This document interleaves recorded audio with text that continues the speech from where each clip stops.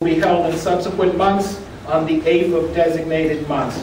And again, this was collaboration between city departments, autonomous agencies, block associations, and grassroots organizations. And we systematically assess the city's vacant building inventory. So in concluding, we're trying to turn properties into opportunities. And if you're looking to do the same, you must first off identify where those properties are. Secondly, you must implement a strategy to get those properties back into productive use. Thirdly, you must aggressively monitor the inventory of properties. And finally, you need to make use of the tools available through programs like APRA. Thank you.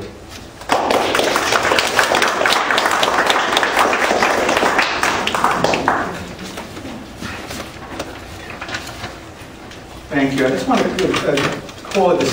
make a distinction here, or emphasize the distinctions being made here this morning. We've been talking about foreclosed properties. We're talking about vacant properties. I think that's an important distinction that needs to be made here. As the senator said, an occupied foreclosed property, at least there's someone in the property looking after it to some extent.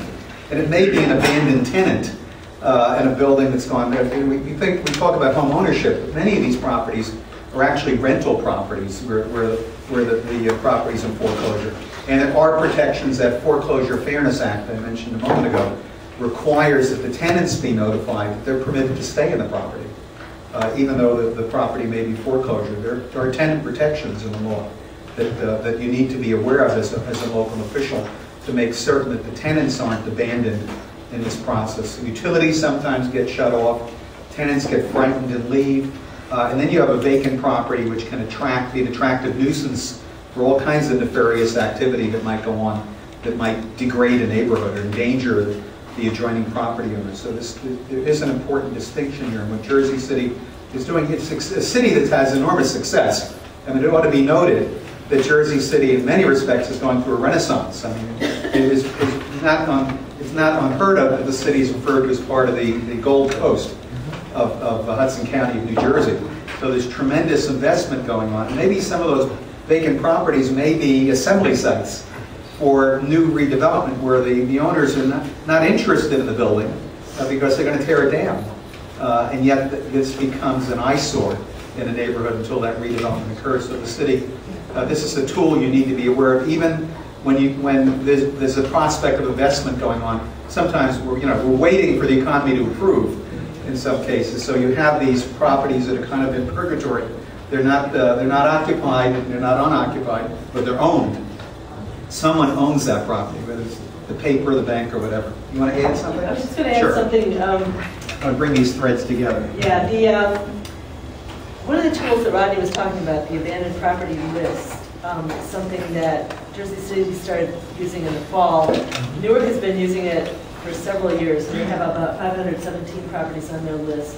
And something interesting that we've been finding, it was sort of an unintended consequence of using that, of having that tool in place, is that a lot of property owners, if they have any interest at all in keeping the property, once they get their name on it, once the property is put on the abandoned property list, they fix it up. So in Newark, they discovered that about 20% of owners of those properties just fix the property up. It's the most cost-effective thing you can do to get the owners to step up. And it also separates the situations where the owners will step up versus where they won't step up. So in the 55 properties, 57 properties or so that Jersey City has on the list, yesterday we learned that about 11 of those have been fixed up by the owners already. So the city doesn't have to do anything more with those. So they can go on and target the more, the more intense strategies to the properties where the owners aren't going to step up. As well, what's the same with that? There'll be an opportunity. Yeah. There'll be another opportunity. That's probably the perfect segue for Susan Ucci. Susan, who helped put this event together, as a member of our Union County Advocacy team, is with the Elizabeth Home Improvement Program. So I think it's a perfect segue to talk about the improvement of properties. Susan?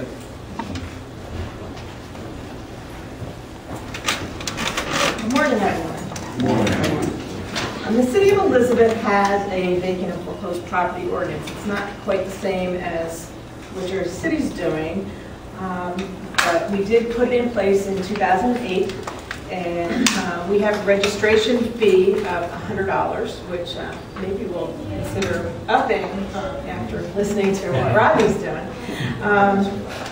The ordinance requires that the owner register the property, provide us with some particulars on the property, post a sign that they inspect the property and that they maintain it. Mostly, we're concerned about making sure that the property is maintained. The registration form has information. You have to list your block, the lot, the census tract, the property type. Is it a one-family, two-family, three-family? Who's the responsible entity for maintaining the property? Is the building vacant? Is it occupied? Actually, in Elizabeth, we have about 1,400 or 1,500 vacant and foreclosed properties right now. About 70% of them are occupied, so only about 30% are vacant, which is a good thing.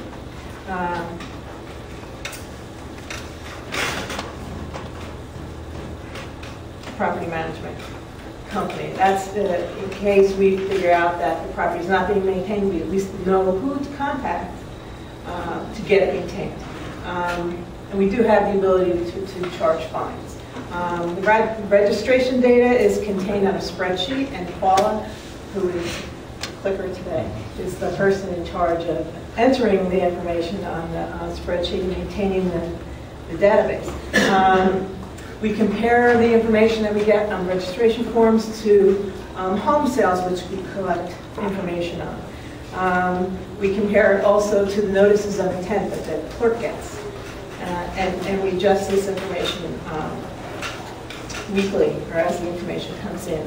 Right now, we're keeping it on Excel. That's how we started. But we're going to change the information into Access, because we'll be able to sort and report more effectively doing that. But we started out with Excel because it was pretty easy, not too cumbersome to work with. And the spreadsheet that's in Excel has all the information that's on the registration sheet. It's got, their address, block, lot, census tract, whether it's, vacant or occupied, if they've paid, information about when they submitted checks, if they've re-registered the property, and if the property is sold. Again, the registration fee is only $100. We do have the ability to charge fines of $300 if they didn't register, they didn't post signs, if they didn't maintain the property. To be honest with you, even though the ordinance says that they're supposed to post signs, they don't really post signs. And it's not necessarily convinced that posting a sign announcing this building is foreclosed is the best thing for the neighborhood. So it's just something else that we have to think about in our ordinance that maybe we want to change.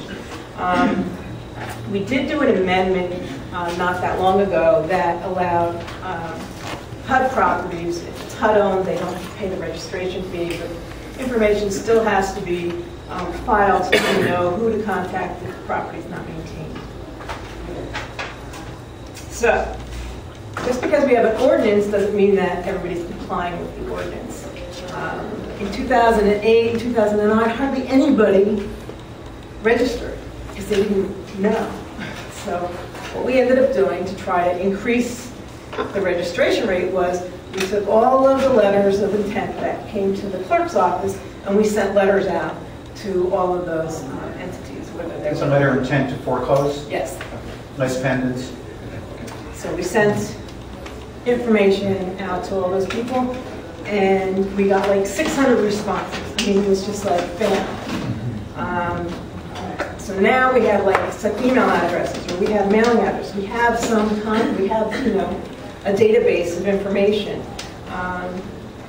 We started getting the registrations. Sometimes the registration forms aren't exactly filled out completely, and the signs are not being posted, which is really not such a bad thing. But now we have the ability to contact somebody if they didn't re-register, we send them a notice to re-register. We ask them to fix the incomplete forms. Sometimes it doesn't say whether it's vacant or occupied, or just like missing pieces. If they sold the property, they don't always tell us. So there's follow-up that has to be done. What we intend to do now is try to reach out to realtors and to real estate attorneys and to property maintenance firms to make sure that they are more aware that we have an ordinance. And I think many other towns have ordinances, so it's more common, and I think a lot of times we do get calls from people saying, do you have an ordinance, send it to me, so that they can comply.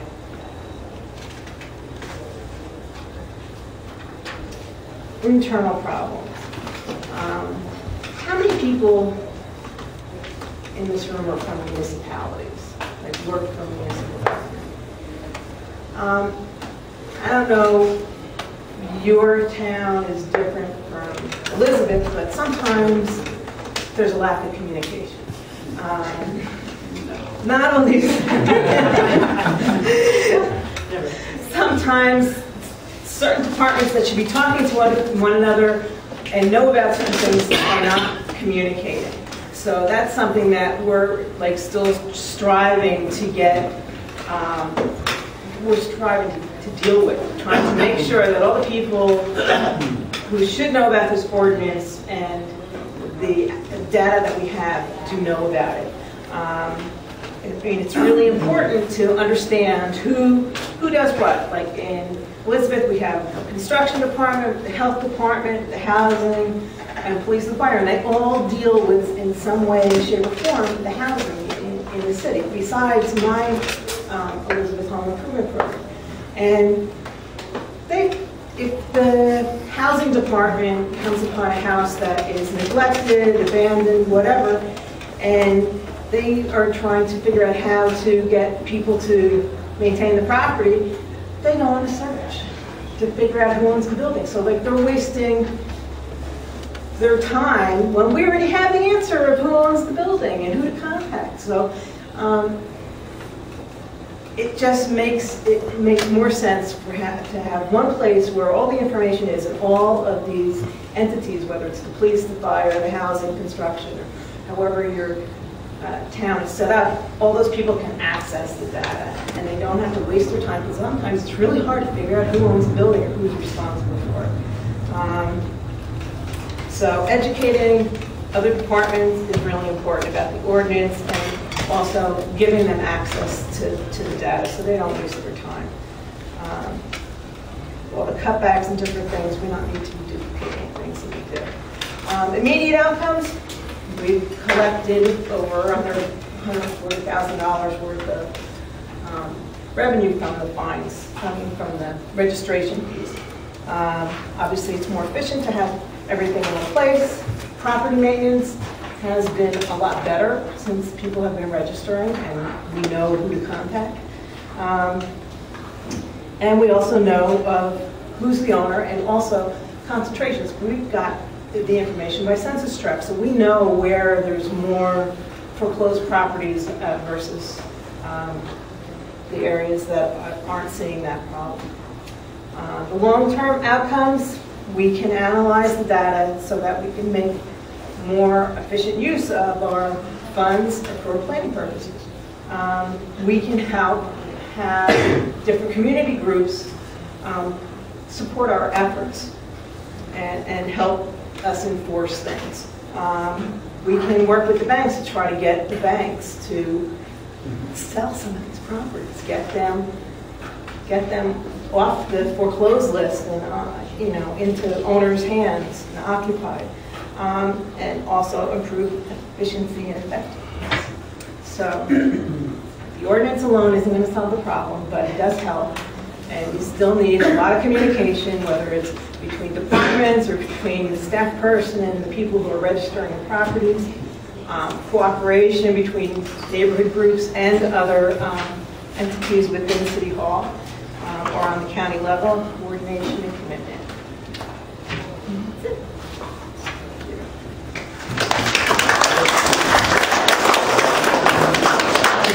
We have time for questions. We're actually on schedule. every now and then happens.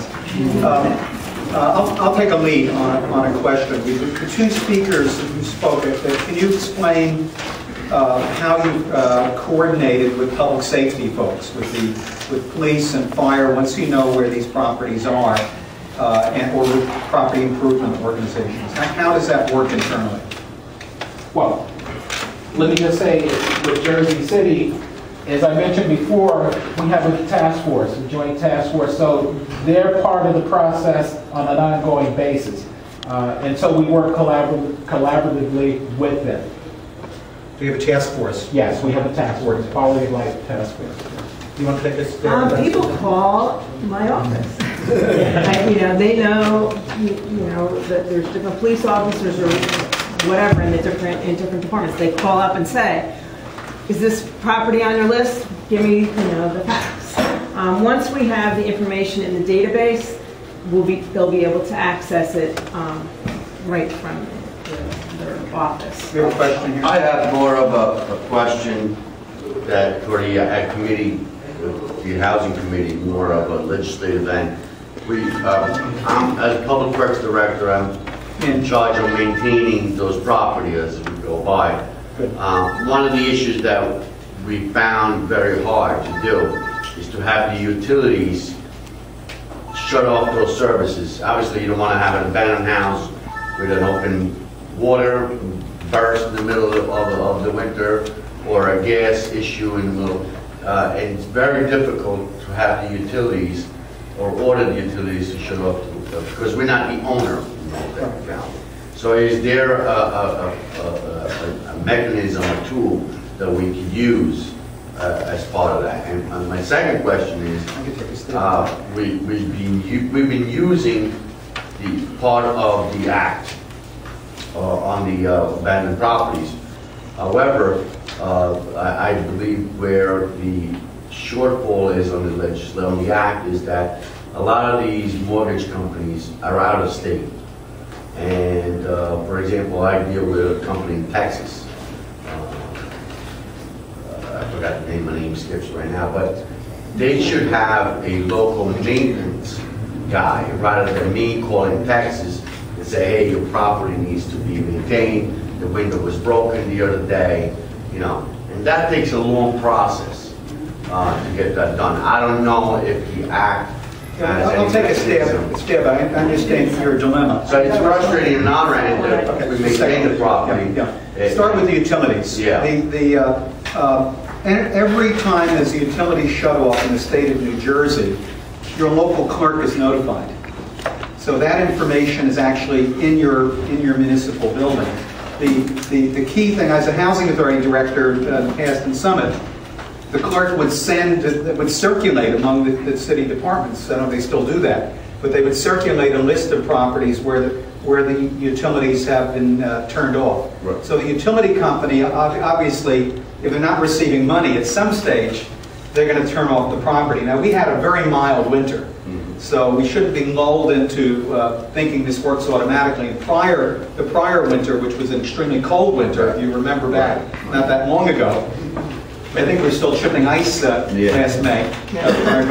The pipes were bursting all over Uniontown. I mean, you'd see water gushing and ice coming down alleyways between urban homes. But the clerk is going to be notified. Utility companies generally turn off utilities because they're not being paid. That is correct, and that happens. Right. However, what happens when a person walks out of the property and just kind of abandons the property?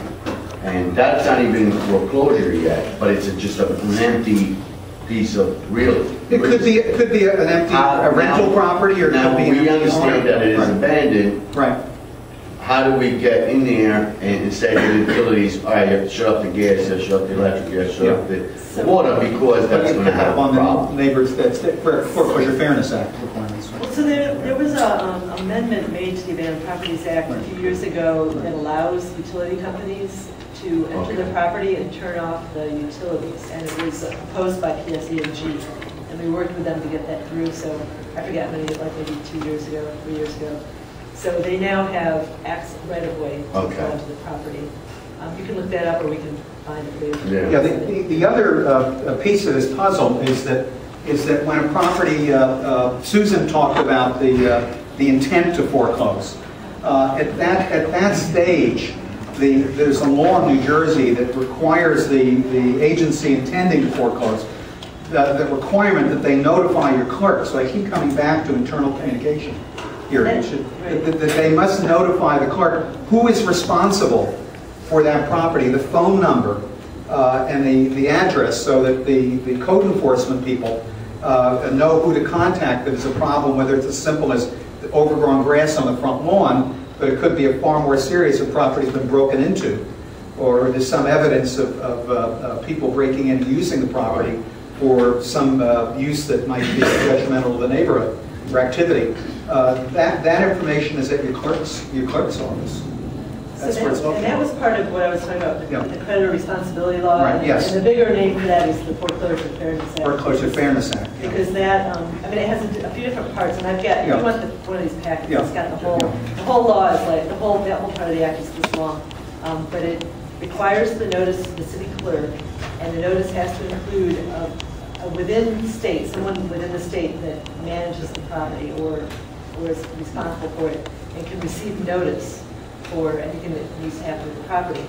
So a lot of municipalities like Elizabeth and Jersey City also, I believe, have used the list of properties that have been noticed by the creditors as the basis for the list that they send their vacant property registration ordinance to. And so that puts those entities on notice that they need to be keeping the property up. And they also, a lot of them end up registering for the vacant property registration ordinance. Patterson passed, there's been about 5 cities or so that have passed those ordinances in the last 6 months or so. Patterson passed one very similar to Jersey City's about 2 months ago, and they got a check one day for like, I don't know. They have over $30,000 within 3 weeks. Yeah. Of putting their general registration. And it was mostly from the banks that have foreclosure proceedings going on.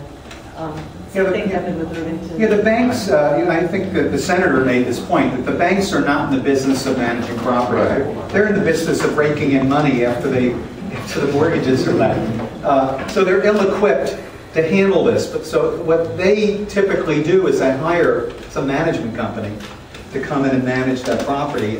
And so those are the people you need to be talking to, and the clerks have those names. I mean, I took a call, I want to say 2 years ago, from the city clerk in Summit, who I've maintained a relationship with, and he called me up and said, "Why am I getting these notices?" No one had explained to him why he was getting them. I said, "You're getting them because the law requires, you are the depository of this information. Banks must notify you." So if you haven't had a conversation with your clerk on this subject, I suggest you kind of mosey over to their office and sit down at their desk and find out what kind of information they have. They have knowledge of who the managing agents of these properties are. That information is there, and in some communities have been more aggressive, like Jersey City and Elizabeth. There's far more information that's available. So the resources are often right in your city hall, but you got to connect those dots, and that's your responsibility. One second, please. When we were in Jersey City yesterday, we talked about the idea of putting together a list of the property management organizations from the different banks that we could circulate to the different municipalities, because VOA has certain people, and that might be a resource to you. So I think the code enforcement folks in Jersey City, I think, are going to take a crack at the first a list that we can then circulate to others to add on. I think that would be. The question in the back? Rodney gave a good example of the spotlight eminent domain. Is there any legislation that would address scattered site eminent domain? That is actually, spotlight is really well suited for scattered site eminent domain. That's really the purpose of it. It's instead of like taking a redevelopment area, right, you can use it for any building in the city. So you could put, if you have 100 abandoned properties, you could put together a spotlight taking that's, a couple properties in this neighborhood, a couple properties in this neighborhood, and do it that way. So it's a really good tool for that. And it's good in one other way that's important, it doesn't have the kind of stigma that regular eminent domain has, because a lot of communities don't want to hear the word eminent domain. We sometimes just call it spotlight because nobody wants to hear about eminent domain anymore, but this is not a threatening kind of eminent domain. And in fact, adjacent property owners welcome it because they don't want to have that abandoned building next to their store or where they're living. So it's actually a very good tool for that, and you can use it. The township could very well have an ordinance that addresses several neighborhoods as opposed to just. You could. I mean, you could. The thing to be able to use a spotlight, you have to pass an abandoned property list ordinance.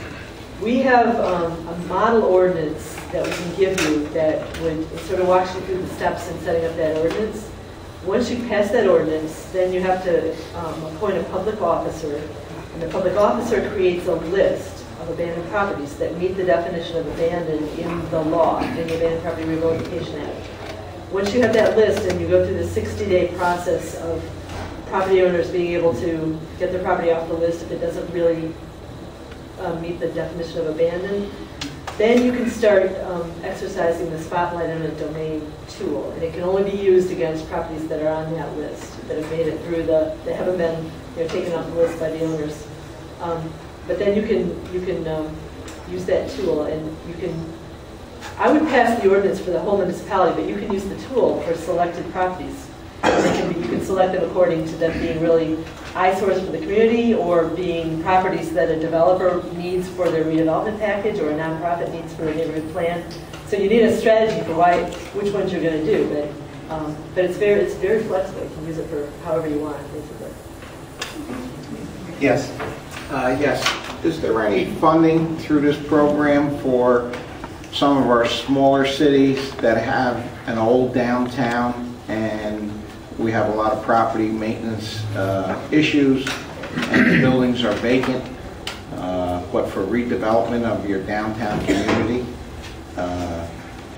Is there any funding in the talk of it? Well, I'll take a stab at it. Here in Union County, we have Union County Community Development Block Grant Program. They receive several $1 million a year. What's the program called again? The Union County Community Development Block Grant Program. The 19 communities in Union County participate in this program. It's a block grant that flows to the county. Each of those 9, the only towns that aren't in it are Elizabeth and Union. And they have their own direct block grant. So every community in Union County is receiving federal money from the U.S. Department of Housing and Urban Development. And they have a seat at the table. This is the county is somewhat of a boarding house reach. You've got to get to the table and to get some money. But you have representatives from your town appointed by your mayor and council to the Union County CDBG, Community Development Block Grant Agency. So you should find out who those reps are to see how you can apply for those monies. Every year there's an application. I saw Dave Brown here, he left.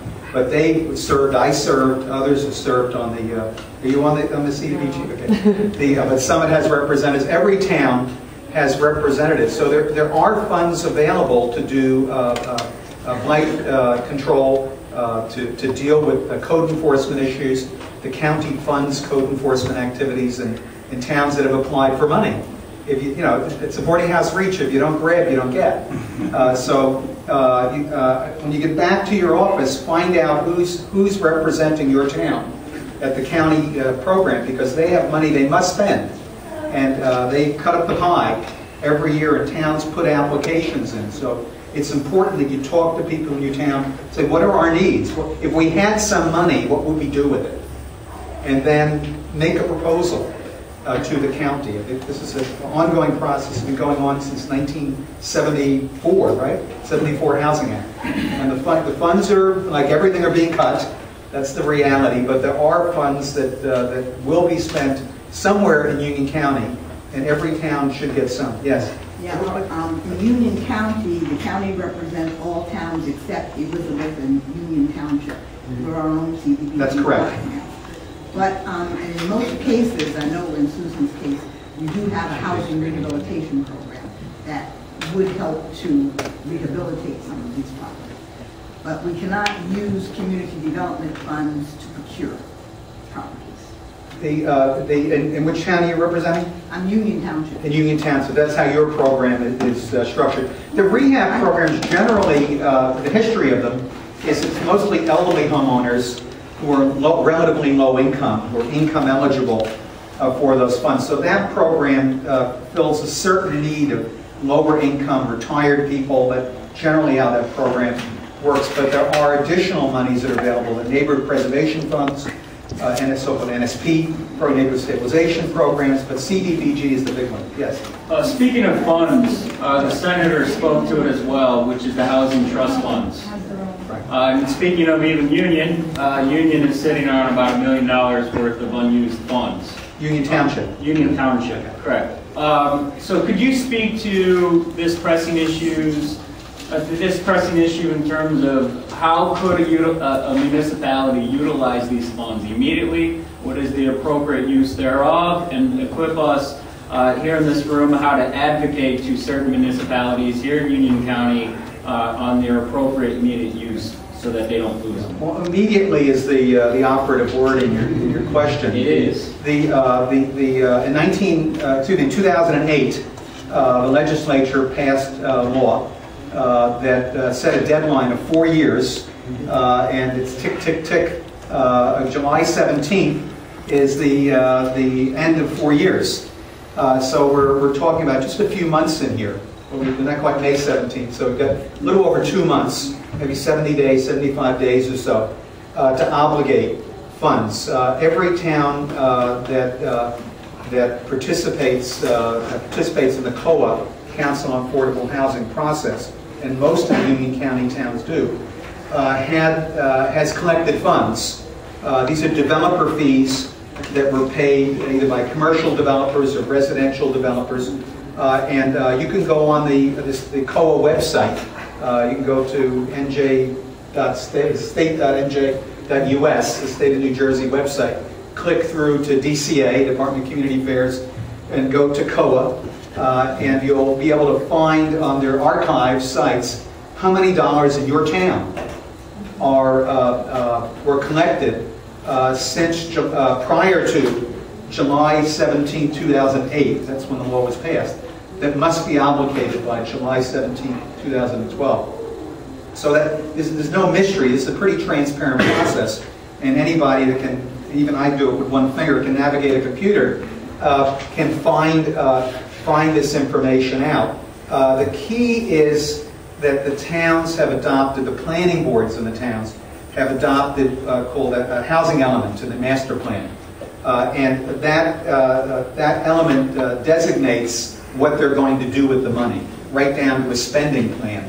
That's part of the submission that was made to COA. So you need to look at what's available in your town that must be spent, and make that case to the governing bodies that this money, it's a use it or lose it situation. Now, it's possible that the legislature will kick that can down the road and extend the deadline beyond July 17th, but I wouldn't bet on it. The governor wants that money, as the senator said and others have said, like Arnold said as well, that this is money that the governor can rake into his budget as part of this budget process. This is what's going on in Trenton right now. There's nothing going on in Trenton right now other than the budget. And they're all looking for money, and this could be a money grab.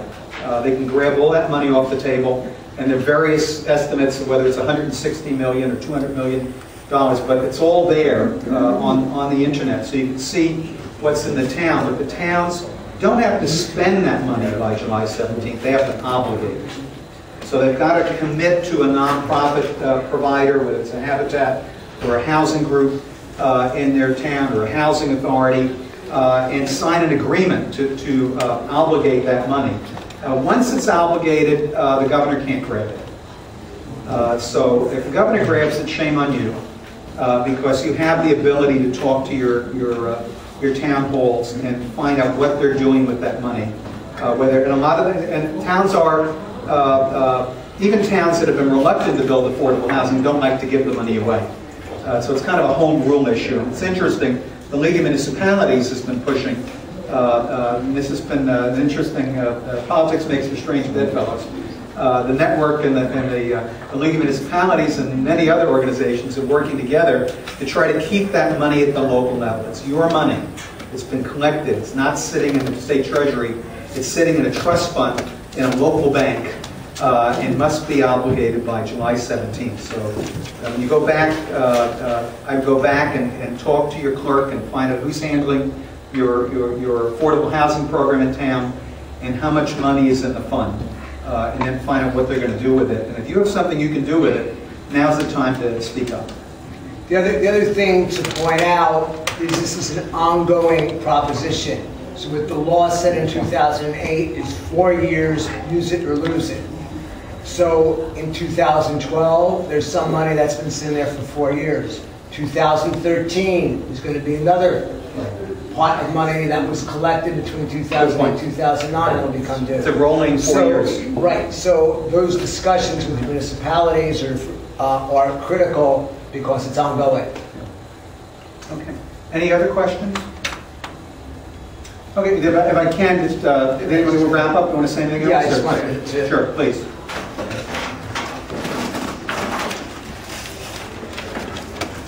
So I think this is great. Hopefully you've all left here with a lot of great information. All these materials will be up on our website. If you have any questions, that come to you afterwards. What's the website again? The website again? It's www. I'll give you my card to chat. Okay, Did great. you say, It's the initials of the Housing and Community Development Network of New Jersey. www.hcdnnj.org.